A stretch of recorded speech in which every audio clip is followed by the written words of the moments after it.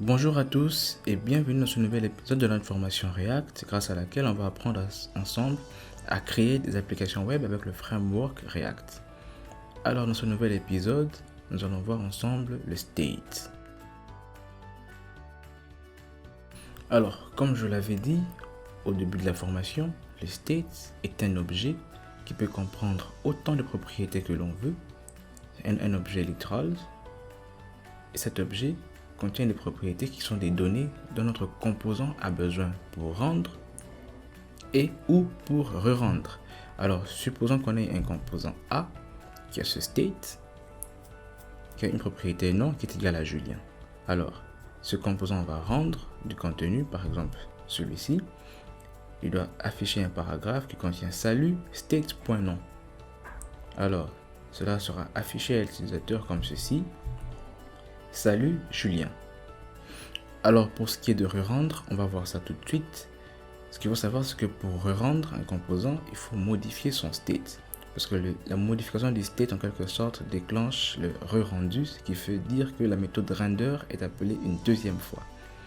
Et on ne modifie pas le state directement en faisant par exemple state.nom égale à quelque chose de différent, mais on utilise la méthode setState comme ceci. On lui passe un nouvel objet qui ne contient par exemple que les propriétés que l'on veut supprimer. Si on avait par exemple au départ un state avec nom, âge, rouge, etc.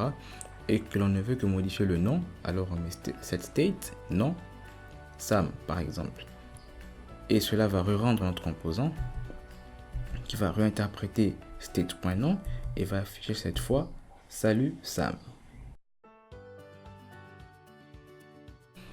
Alors dans la pratique, comment ça se passe? Il y a deux façons pour définir le state. Premièrement, on peut le faire dans le constructeur. Et pour ce faire, on passe les props obligatoirement. Et aussi, on appelle la méthode super. On lui passe aussi les props. Et là, on peut faire state est égal à quelque chose.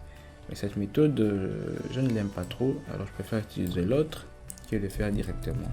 State est égal, et par exemple cette fois je vais mettre loading qui est égal à true. Alors je vais devoir introduire rapidement un concept qui est le cycle de vie du composant, et je vais utiliser un. On aura le temps de revenir sur ça beaucoup plus tard, qui est compo nand did mount. Alors le composant did mount est un événement qui est émis par notre composant React lorsque celui-ci a rendu, après que celui-ci est rendu. Alors après que notre composant est rendu, on va devoir effectuer du code et je vais modifier le state en passant loading de true à false, mais c'est là après 3 secondes. Alors je vais faire set timeout pour simuler comme si il y avait quelque chose qui chargeait derrière, comme si on faisait un appel à un backend. Je vais faire this.setState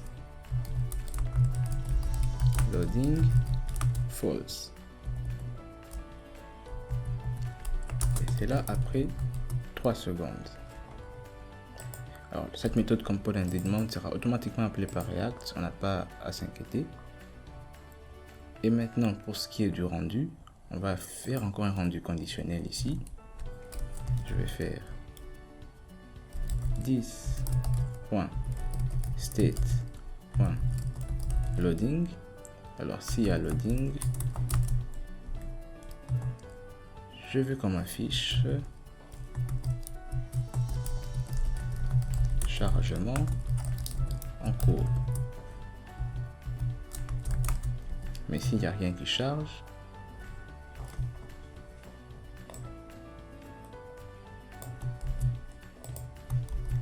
on affiche le contenu habituel. Alors là vous le voyez, React se plaint parce que au cas où il n'y a rien qui charge, je renvoie deux éléments différents au lieu d'en renvoyer qu'un seul. Je vais devoir encapsuler ça dans une valise div.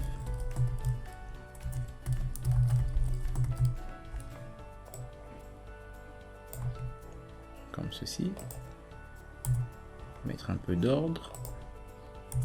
Comme ça, le code est lisible pour tout le monde. Alors, je résume ce qui se passe. La première fois que notre composant va rendre, le state.loading est évalué à true. Alors, la méthode render sera appelée. On aura 10.state.loading sera true, ce qui fait qu'on va afficher chargement en cours. Mais 3 secondes après, le state.loading va passer à false, ce qui fait qu'on va re-rendre. Et cette condition sera fausse, ce qui fait qu'on va afficher ce bloc-ci. Alors, on sauvegarde et on voit ce que ça donne. On voit chargement en cours. Et après un certain temps, je suis le composant app et le reste du contenu s'affiche. Alors, en bref, on vient de passer en revue le state. Et je vous assure, si vous avez compris tout ça, vous avez compris l'essentiel sur le state. Et ça sera déjà tout pour cette vidéo. Dans la prochaine vidéo, on va voir ensemble la gestion d'événements dans React. D'ici là, portez-vous bien. Likez la vidéo si vous l'avez aimé. Laissez-moi des commentaires si vous en avez. Partagez-la autour de vous et abonnez-vous à la chaîne si ce n'est pas encore fait. A plus.